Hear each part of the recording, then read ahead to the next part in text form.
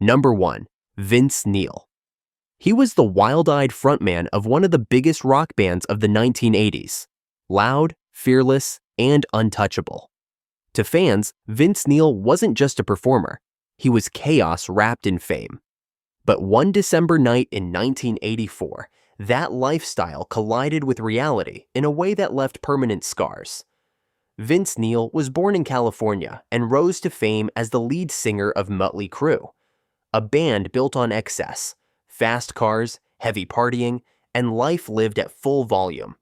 By his early 20s, he was performing in sold-out arenas, earning millions, and living like the rules didn't apply. His public image revolved around adrenaline and rebellion. Everyone around him knew the lifestyle was volatile, but few imagined how far it could go. On December 8, 1984, Vince was at his home in Redondo Beach when his friend Nicholas Razzle Dingley stopped by. Razzle was the drummer for the Finnish rock band Hanoi Rocks, and they were in town for shows and studio sessions. The night had already involved alcohol before the two of them decided to leave the gathering and drive to a nearby liquor store. Vince got behind the wheel of his red 1972 De Tomaso Pantera, despite having been drinking for hours. The streets were narrow and residential, and he drove fast. While heading back, Vince lost control and swerved into oncoming traffic, colliding head-on with another car. The impact was brutal. Razzle, sitting in the passenger seat, suffered catastrophic injuries and later died at the hospital. The two passengers in the other vehicle were seriously hurt and sustained long-term damage. Vince walked away with minor injuries, but the consequences of that decision were irreversible. Police determined his blood alcohol level was significantly over the legal limit. He was arrested and charged with vehicular manslaughter and intoxicated driving. The news devastated the rock community.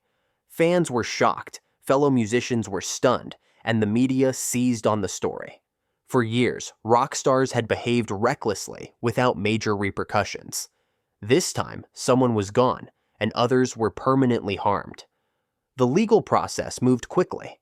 Prosecutors laid out the facts: a high-speed collision, serious injuries to multiple victims, and the death of Razzle.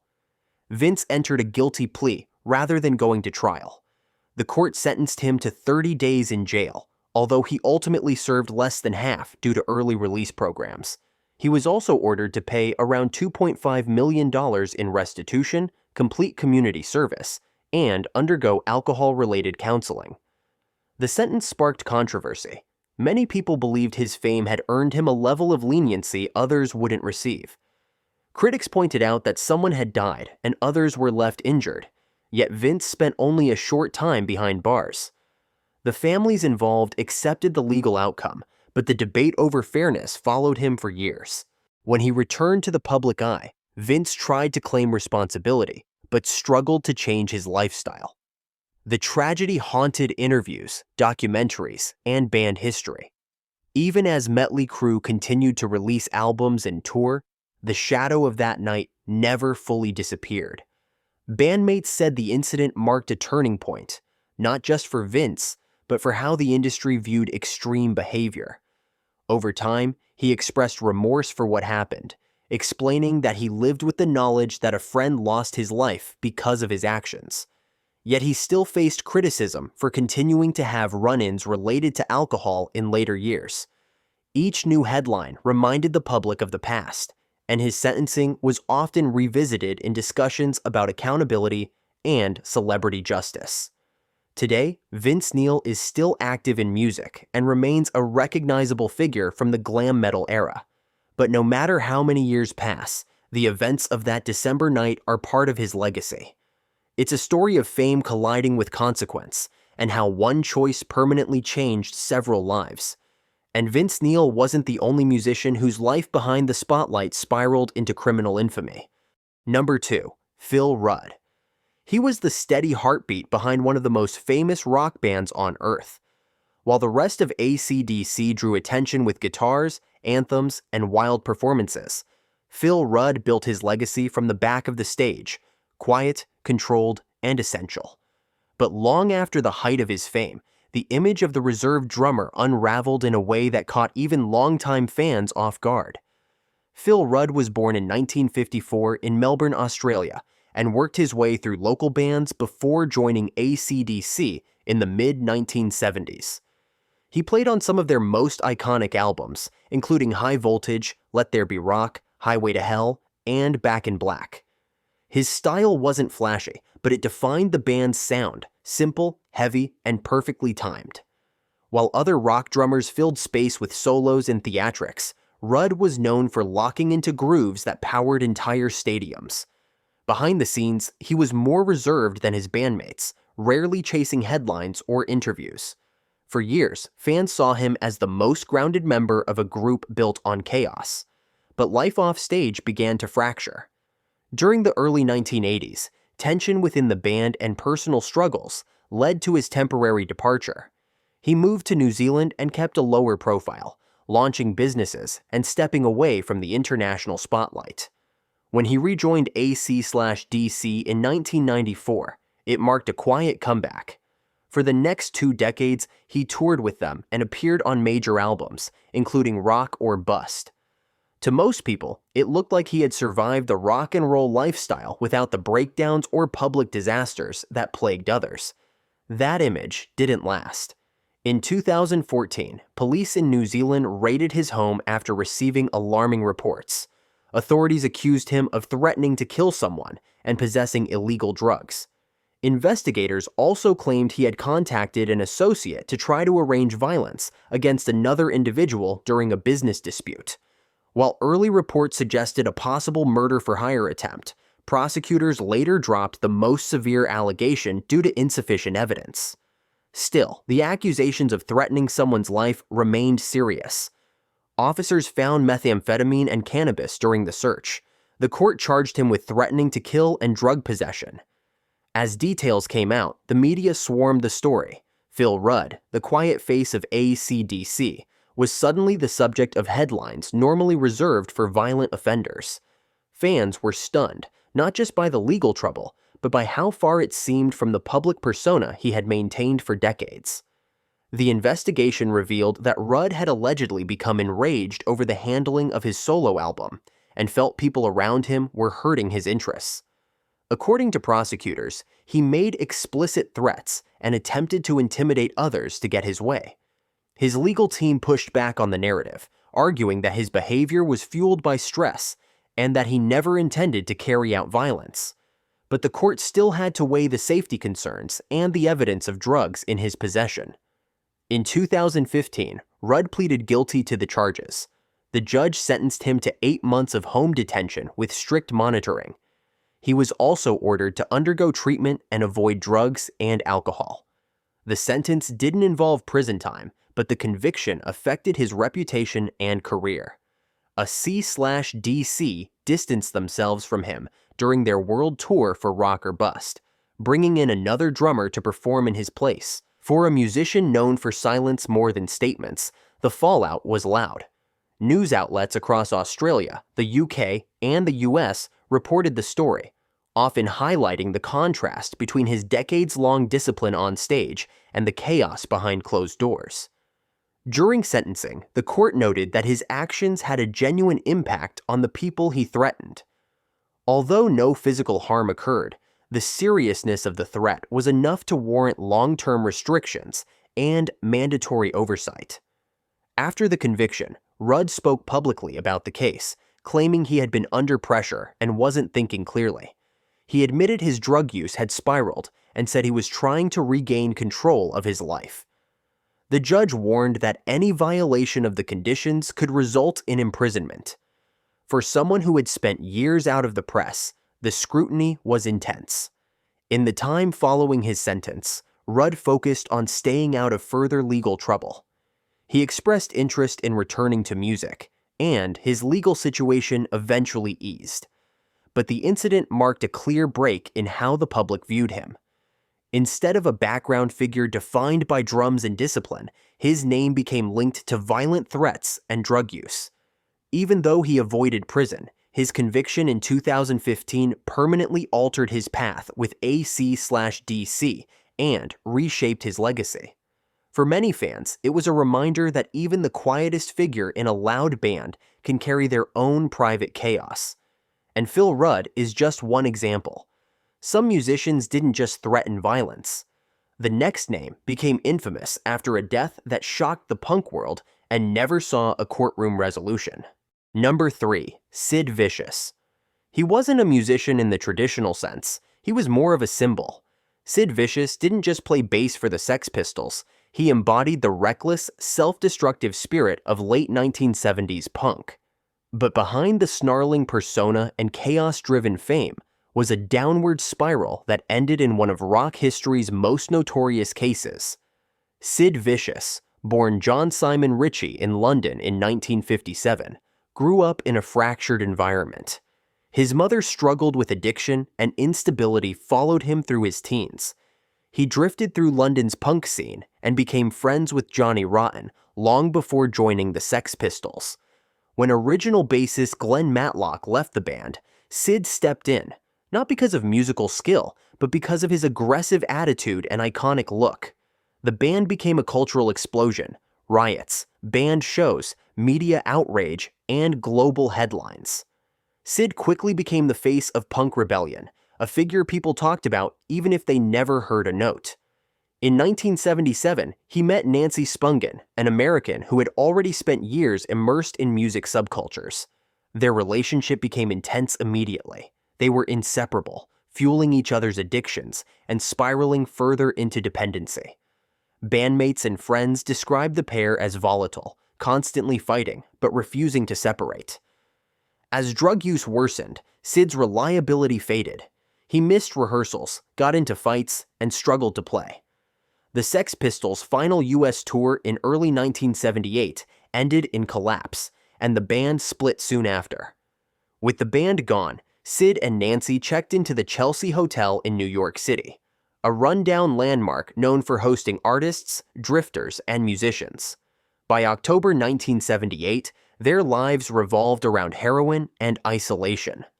On October 12th, other residents heard commotion coming from room 100. Later that morning, Nancy Spungen was found on the bathroom floor with a fatal abdominal wound. She was just 20 years old. Sid was discovered wandering the hallways, disoriented and heavily under the influence. Police arrested him and charged him with second-degree murder. He reportedly gave conflicting statements at the scene, at times denying involvement, and at other times suggesting he might have done it, but didn't remember. Investigators found no signs of forced entry, and the room showed evidence of drug use. Because both had been heavily intoxicated, the exact chain of events remains unclear. Some friends claimed other people had come through the room that night, but those leads never produced a confirmed alternative suspect.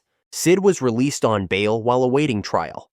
His legal team argued the case was not straightforward. No witnesses, no weapon conclusively tied to him, and his intoxication blurred timelines and memory.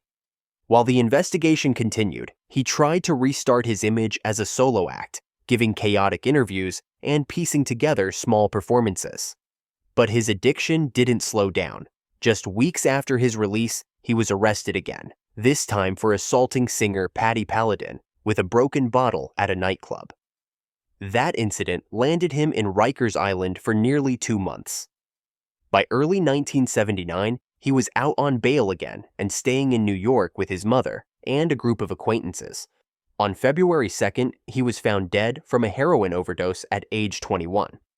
There were reports his mother had supplied the drugs, and some believe he had attempted to quit and then relapsed with a dose stronger than he could handle. He died before any trial took place, leaving Nancy's death legally unresolved. The case has remained a subject of speculation for decades. Some believe it was a tragic accident during a drug-fueled argument.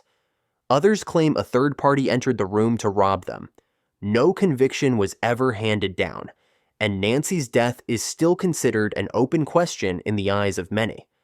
Sid's own legacy became a cautionary tale. Punk culture had always flirted with danger, but his life showed how quickly it could turn fatal. In the years that followed, biographies, films, and documentaries retold the story from every angle. Sid went from cult icon to tragic emblem of self-destruction. Even people who never listened to punk know his name because of the scandal surrounding Nancy's death. While some defend him as a product of circumstance and addiction, others believe he bore responsibility but never faced judgment. Unlike the previous two cases, Sid Vicious never stood trial, never heard a verdict, and never served a sentence. His death froze the case in mystery. But not every infamous musician avoided courtrooms. Some faced judges in multiple countries for crimes that shocked entire nations. Number 4. Gary Glitter. He was once a glitter-covered icon of glam rock, a performer known for platform boots, theatrical outfits, and chart-topping anthems that filled arenas. Gary Glitter, born Paul Francis Gadd in 1944, built a career in the 1970s that made him a household name in the UK and abroad. His songs were played at sporting events, on television, and in clubs around the world. But behind the stage persona and celebrity status, he led a double life that would eventually destroy his legacy and land him in prison more than once. Glitter rose to fame with hits like Rock and Roll Part 2 and I'm the Leader of the Gang, becoming a central figure in the glam era. His outrageous costumes, shouting vocals, and swaggering stage presence created a larger-than-life image. For a time, he was considered one of Britain's most successful entertainers. He continued touring into the 1980s and appeared on television specials, living off the recognition his early fame secured. Few suspected that his offstage behavior would eventually eclipse his entire career. The first public collapse of his image came in 1997. A computer he had taken to a repair shop in England was found to contain illegal sexual material involving minors. Police launched an investigation, and the discovery led to his arrest. In 1999, he was convicted in the UK for possession of indecent material and served a short prison sentence. Even then, many assumed it was an isolated case or a fall from grace that he might rebound from. Instead, it was only the beginning. After his release, Glitter left the UK and traveled across Southeast Asia, living in countries like Cambodia and Vietnam. His movements drew suspicion, and authorities in multiple countries kept an eye on him. In 2005, Vietnamese police arrested him following accusations involving young girls. Local investigations uncovered serious offenses, and he was convicted and sentenced to prison. He served nearly 3 years behind bars before being deported back to the UK in 2008. By then, his name had become synonymous with disgrace rather than music. Many thought that chapter marked the end of his legal troubles, but it didn't. In 2012, as part of Operation Yewtree, a large-scale British investigation into historic abuse cases, authorities questioned him again. Multiple individuals came forward with allegations dating back to the 1970s and 1980s during the height of his fame. In 2015, he stood trial in London on charges involving girls who were minors at the time of the offenses. Prosecutors presented testimony and evidence showing a pattern of exploitation committed while he was touring and performing. That trial ended with a guilty verdict. The court sentenced him to 16 years in prison. The judge stated that his fame had given him access and influence, which he used to exploit vulnerability. The sentencing made international news, and the music industry further distanced itself from him. Many radio stations pulled his songs, sporting venues dropped his tracks from playlists, and television reruns featuring him were edited or removed entirely. Even decades after his last hit, his music had remained in circulation, especially in the United States through licensing deals. But following the convictions, broadcasters and sponsors sought to eliminate any association with him. His career was effectively erased in the public eye. The transformation was complete, from celebrated star to convicted repeat offender. In 2023, he was released on license, but was recalled to prison shortly after for violating conditions placed on him after his sentence. Authorities made it clear that they were monitoring him closely and that any breach would lead to immediate action. The case remains a high-profile example of how long-hidden conduct can surface years later and lead to legal consequences even after fame fades. Gary Glitter's downfall stands out not only for the crimes themselves, but for how far the fall was, from arenas and televised performances to prison cells across continents. Unlike others whose trials were unresolved or whose charges came once, his record spans multiple convictions in different countries. His name is now used as a warning in conversations about celebrity power, exploitation, and accountability. And while Glitter's crimes were pursued across borders, another musician's case erupted within his own band and shook fans who believed they knew who he was. The next story involves a frontman whose arrest caused an entire music scene to recoil. Number 5. Ian Watkins. For years, he was the face of a band that sold out arenas and topped charts around the world. Ian Watkins, lead singer of Lostprophets, built a career on polished production, radio-friendly rock, and a loyal international fan base. To most people, he was a charismatic performer with commercial success and mainstream visibility. But in 2012, his arrest revealed a reality so dark that it stunned his fans, destroyed his band, and forced the music industry to confront how little it sometimes knows about the people it elevates. Ian Watkins was born in Wales in 1977 and co-founded Lostprophets in the late 1990s. The band broke through in the early 2000s with albums like The Fake Sound of Progress and Start Something. They gained a strong presence in the UK, Australia, and North America. Watkins became known for his stage presence and his ability to shift between heavy vocals and melodic hooks. As the band rose in popularity, they toured globally, performed at major festivals, and built a dedicated fan following. His image was polished, stylish, and media-friendly, far from controversial or unpredictable. Offstage, Watkins kept much of his personal life out of the public view. There were occasional rumors about drug use and erratic behavior, but nothing that suggested deeper trouble. The band continued touring and releasing music for over a decade. Their songs received radio play and awards recognition, and Watkins maintained the persona of a frontman accustomed to fame. That image fell apart abruptly at the end of 2012. In December of that year, police arrested him following an investigation into illegal content and criminal activity. 2 women were also taken into custody in connection with the case. Authorities seized digital evidence and began building a detailed file against him.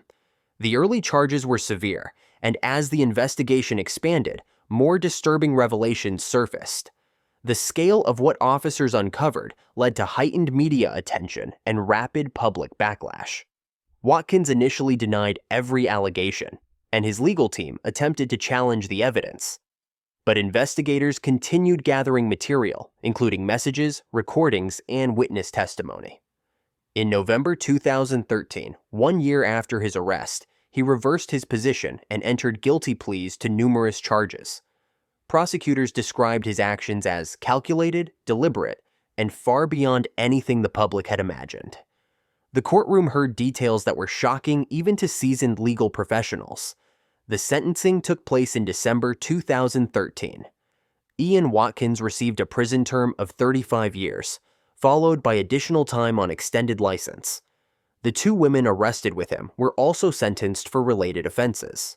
The judge stated that his crimes represented a complete betrayal of trust, and noted that his celebrity status had enabled access and influence.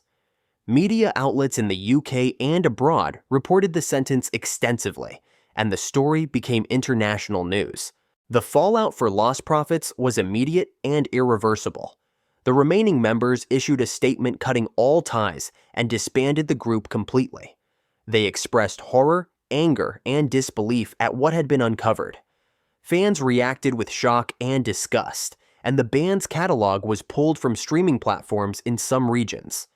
Venues and labels distanced themselves from the name, and many former collaborators spoke out in condemnation. In the years since his conviction, Watkins has remained in prison. Appeals and parole discussions have surfaced occasionally, but he is expected to serve most of his sentence. Any reports of his behavior behind bars have reignited public anger and kept his name associated with some of the darkest headlines in modern music history. His former bandmates eventually formed a new project under a different name, but they made it clear that the legacy of Lostprophets ended the day he was arrested. The case sparked broader questions about how fame can conceal private wrongdoing, and how individuals can maintain public trust while leading secret lives. Unlike others who were charged with violence or threats, Watkins' actions led to a complete erasure of his career and a permanent severing of fan loyalty. His name is rarely mentioned without reference to his conviction, and his downfall remains one of the most extreme collapses of a public figure in the music industry. While Watkins' crimes destroyed a band from the inside, the next figure came from a world where violence was woven into the mythology of a genre, and one feud ended in death.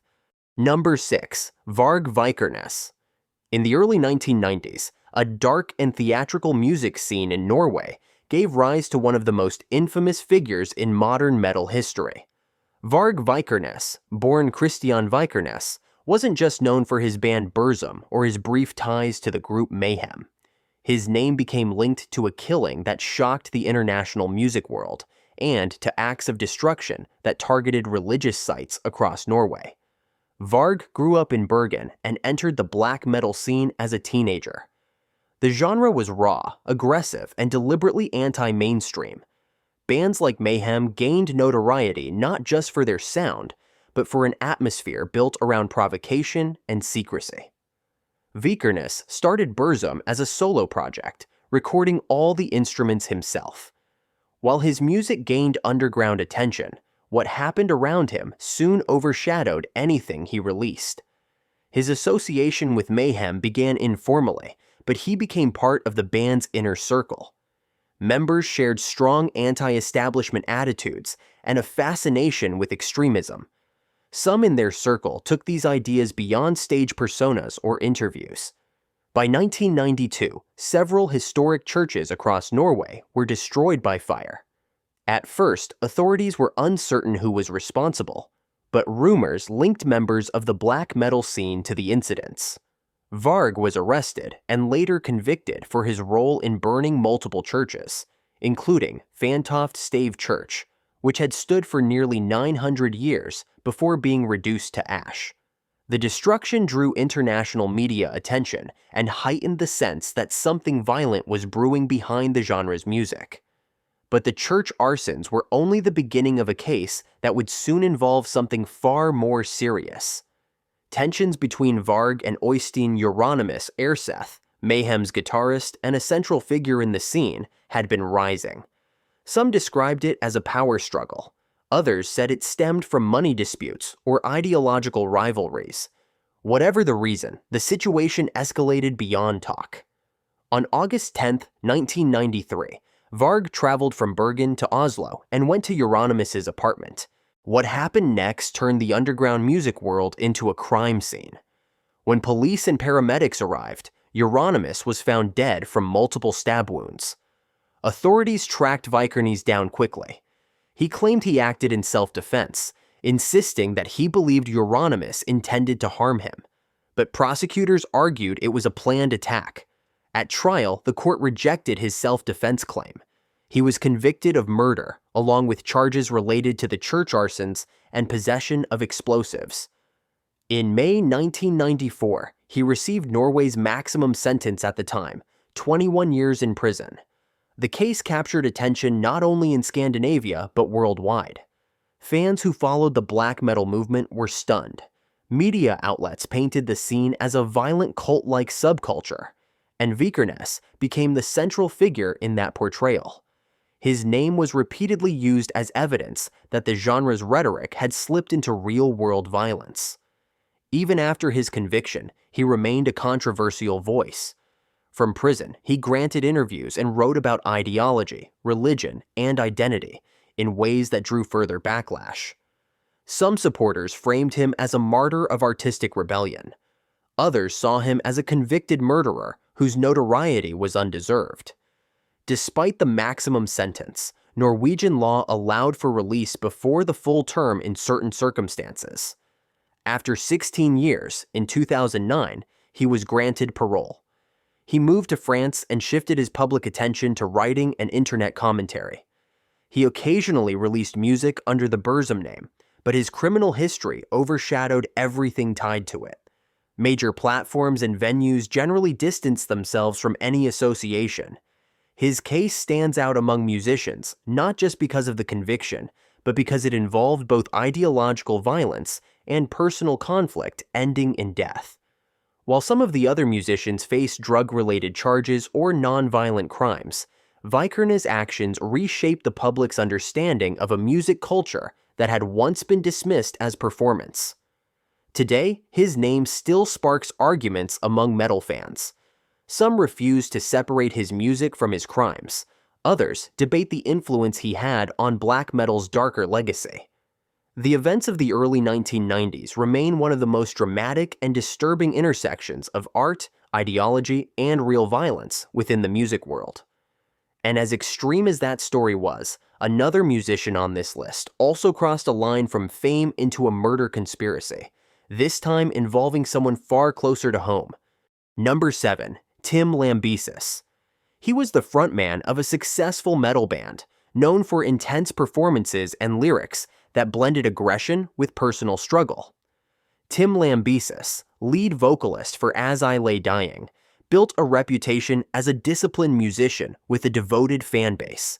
His band toured internationally, charted albums, and earned respect within the heavy music scene. But in 2013, his name made headlines for a reason no fan could have predicted, and it had nothing to do with music. Timothy Lambesis was born in California in 1980 and co-founded As I Lay Dying in the early 2000s. The band rose quickly, becoming one of the leading names in metalcore. Albums like Shadows Are Security and An Ocean Between Us brought commercial breakthrough and critical success. Lambesis stood out not just for his vocals, but for his stage presence and clean-cut public image. The band toured across Europe, North America, and Australia, performing for packed venues and festival crowds. Over time, they became Grammy nominees and fixtures in the genre. Offstage, Lambesis cultivated an image rooted in fitness, philosophy, and what many assumed were Christian values. Interviews often presented him as focused and disciplined. Fans saw him as someone who balanced intensity on stage with seriousness in his personal life. That perception made what followed seem almost unreal. By 2012, his marriage was deteriorating. He and his wife had adopted multiple children, and their divorce became contentious. During this period, Lambesis reportedly grew distant from his former beliefs, struggled with identity, and became consumed by frustration over custody and financial disputes. Behind closed doors, resentment escalated. In early 2013, Lambesis spoke to someone at a gym about wanting his estranged wife harmed. That individual went to law enforcement, who set up an undercover operation. An officer posing as a hitman met with Lambesis in a recorded sting. During the meeting, he allegedly provided instructions, discussed timing, and offered payment. The conversation left little doubt about his intentions. On May 7, 2013, police arrested him in a retail store in California. The news spread instantly. Metal singer arrested in murder-for-hire plot dominated headlines across music outlets and mainstream media. Fans and bandmates were stunned. As I Lay Dying canceled their shows, and statements issued at the time reflected complete disbelief. During court proceedings, prosecutors presented audio and testimony from the undercover operation. Lambesis initially pleaded not guilty. His defense argued that a mix of emotional instability and medication, including steroids, impaired his judgment. But the recorded conversations and actions leading up to the arrest remained central. In February 2014, he changed his plea to guilty. The court sentenced him to 6 years in prison for soliciting murder. His wife spoke during sentencing, describing the fear and trauma caused by learning that someone she once trusted had organized a plan to end her life. The judge's remarks emphasized that planning violence, even if not carried out, could not be minimized. The fallout affected everyone connected to the band. As I Lay Dying disbanded soon after, with members starting new projects and distancing themselves from the case.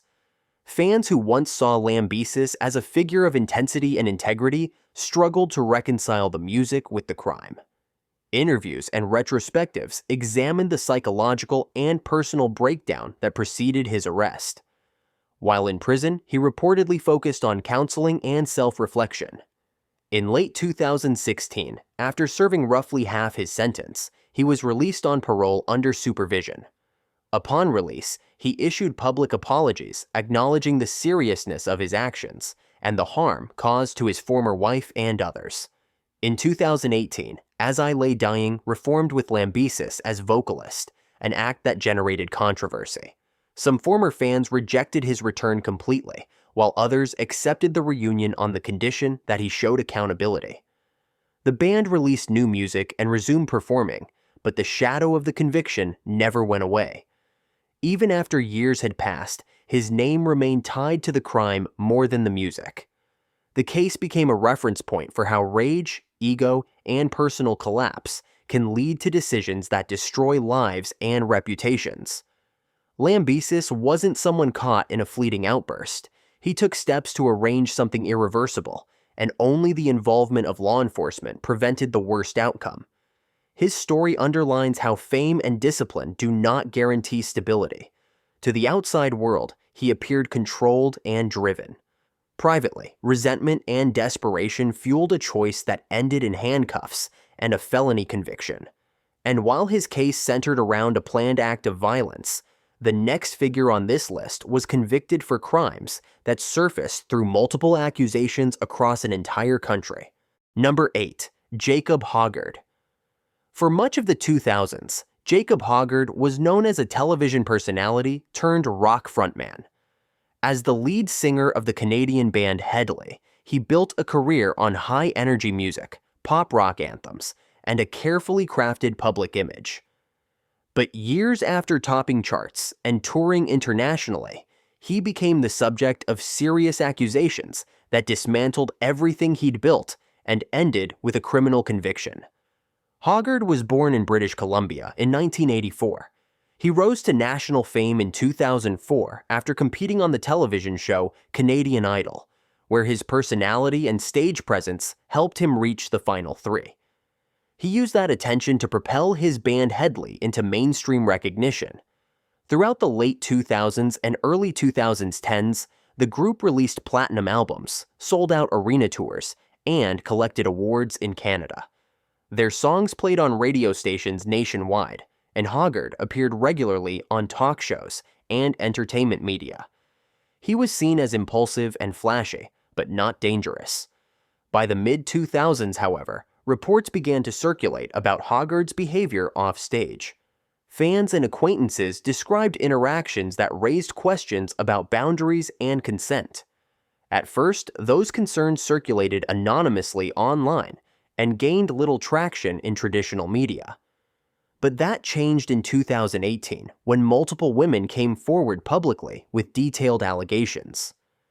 The accusations described encounters in hotels and backstage areas. Women said they were contacted through social media or after concerts and then invited to meet him privately. Several alleged that once alone, he acted aggressively and ignored their objections. As more accounts surfaced, Hedley's reputation unraveled quickly. Radio stations across Canada pulled their music, venues canceled shows, and the band withdrew from scheduled performances. Within months, the remaining members announced an indefinite hiatus. In 2018, police opened a formal investigation. After reviewing statements, digital correspondence, and evidence from multiple complainants, authorities charged Hoggard with offenses involving 2 individuals. The case continued to grow, and by the time it went to court, allegations from additional women had been examined. Some were included in the legal proceedings, while others served to establish pattern and intent. The trial began in 2022 in Toronto. The courtroom heard testimony describing his conduct in specific encounters that prosecutors argued involved coercion and intentional harm. Hoggard maintained that all interactions were consensual and that fame and touring culture had blurred perceptions. His defense emphasized inconsistencies in some accounts, but the prosecution presented timelines, messages, and statements that supported the charges. In June 2022, the jury reached a partial verdict. Jacob Hoggard was found guilty of sexual assault causing bodily harm against one woman. He was acquitted on 2 other counts involving separate complainants.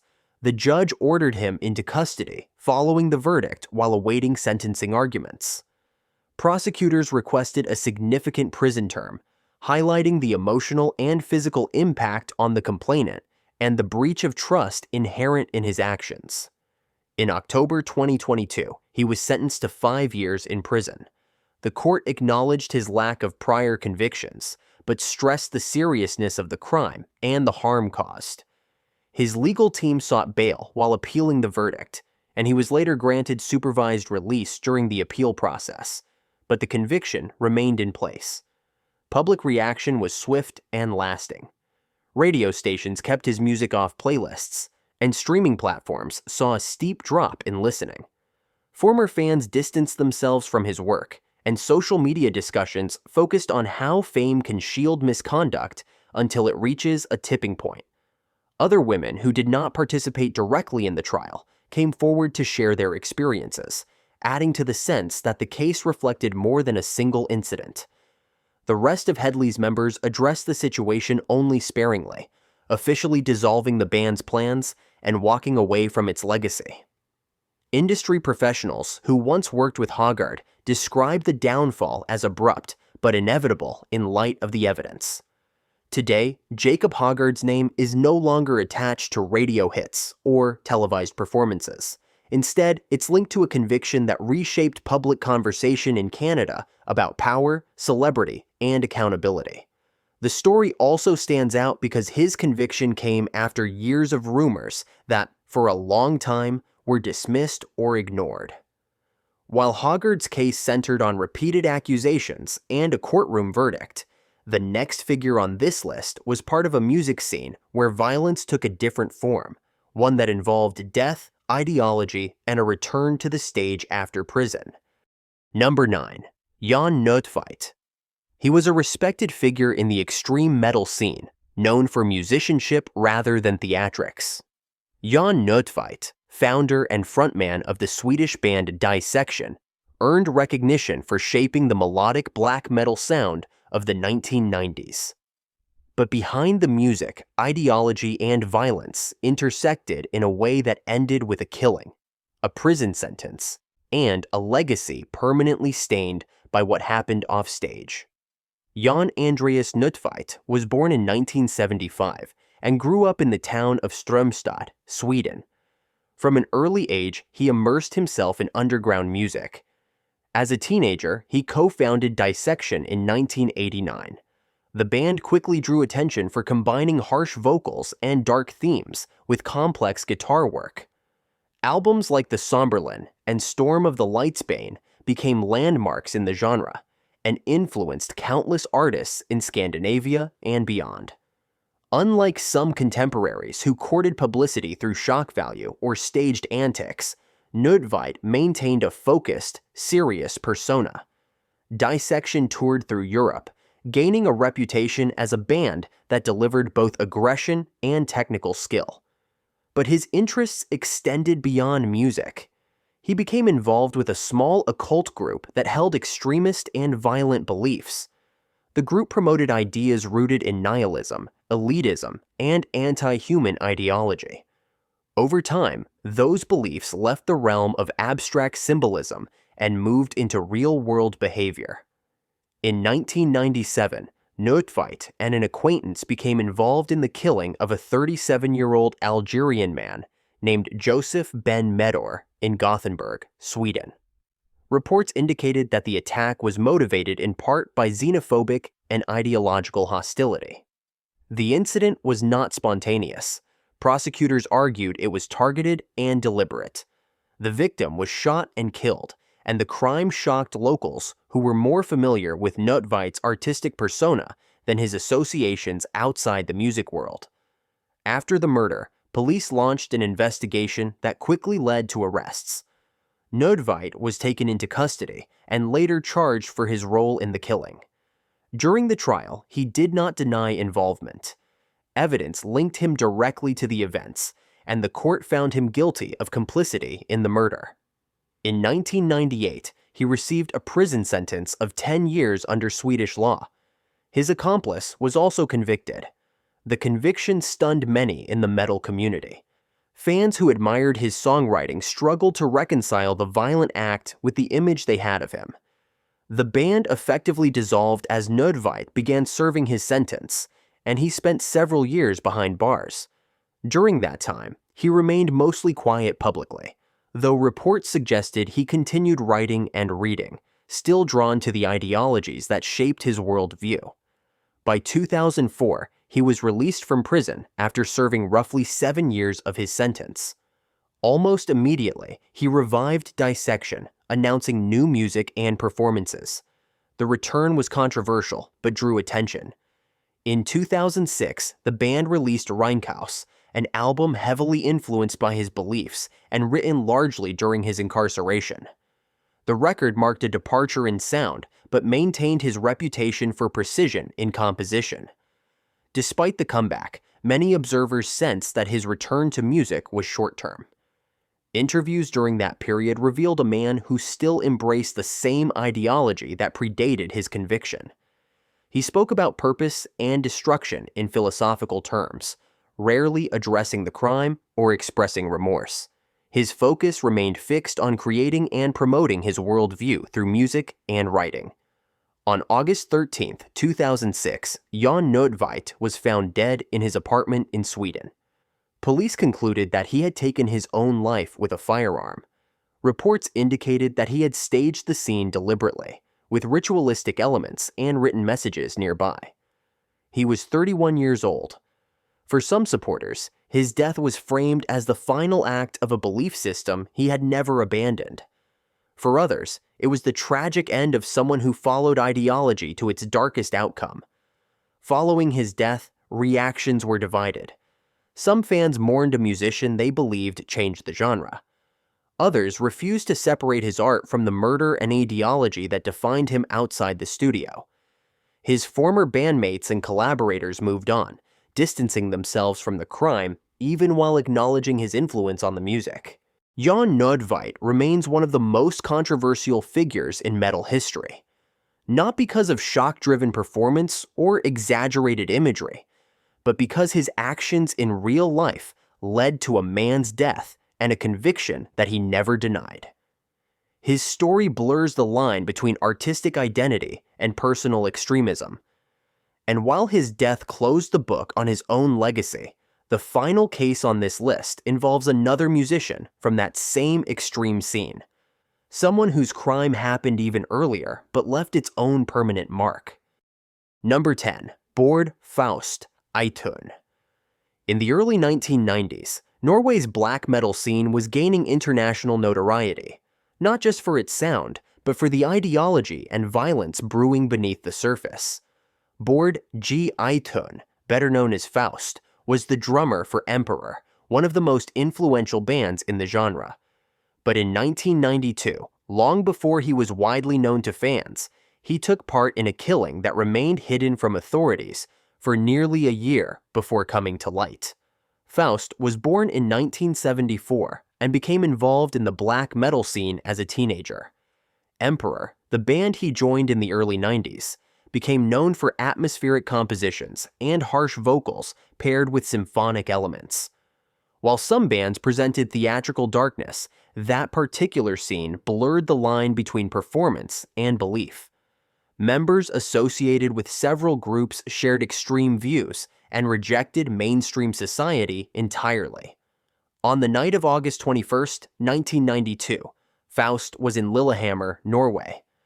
According to his own later statements, he was sitting in a park when he encountered a man who allegedly approached him.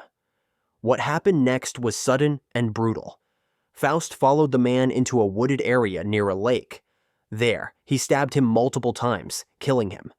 The motive was never clearly explained in court.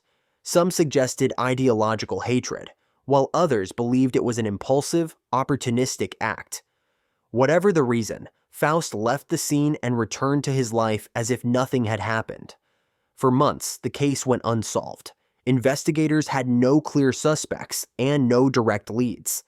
During that time, Faust continued working with Emperor, recording music and rehearsing for future releases.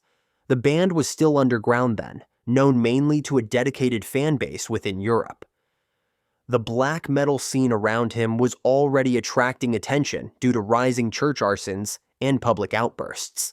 But Faust's involvement in the Lillehammer killing remained a secret. Everything changed in 1993 after the arrest of Varg Vikernes for the murder of Øystein Euronymous Erseth. During questioning, police learned more about the inner circles of the black metal community. Rumors and confessions began to surface. Eventually, Faust admitted to the 1992 killing. His confession surprised investigators who had not linked him to the crime before that point. In 1994, Faust went to trial in Norway. He pleaded guilty to the murder. The court considered the nature of the killing, the lack of provocation, and the absence of remorse early on. He was sentenced to 14 years in prison, but ended up serving about 9 before being released.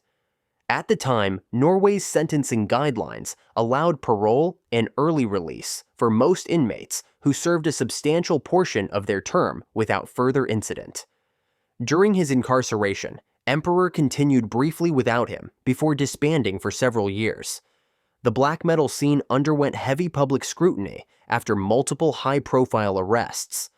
Faust's name became part of that narrative, a reminder that real violence had come from individuals who were not just posing for shock value. After his release in 2003, he re-entered music at a slower pace.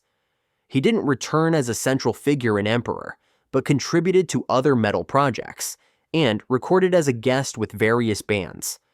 Interviews from that period show a more detached perspective. He acknowledged the crime, but didn't offer emotional explanations or dramatic justifications. He described it as something from a different part of his life that could not be undone. The murder he committed is often discussed alongside other incidents from the Scandinavian metal scene, but each case had its own details. Faust's killing was not connected to band feuds or church burnings. It was a singular act carried out in silence and hidden until he exposed himself.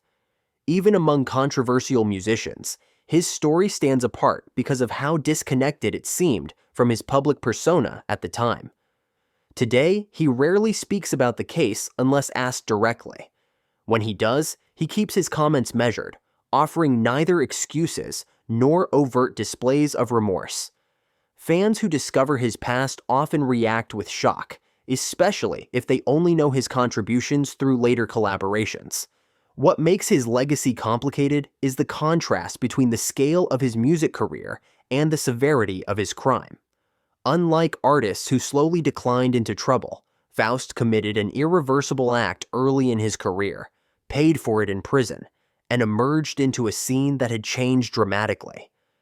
With his entry, the list of 10 musicians whose crimes crossed the line from scandal to conviction comes full circle.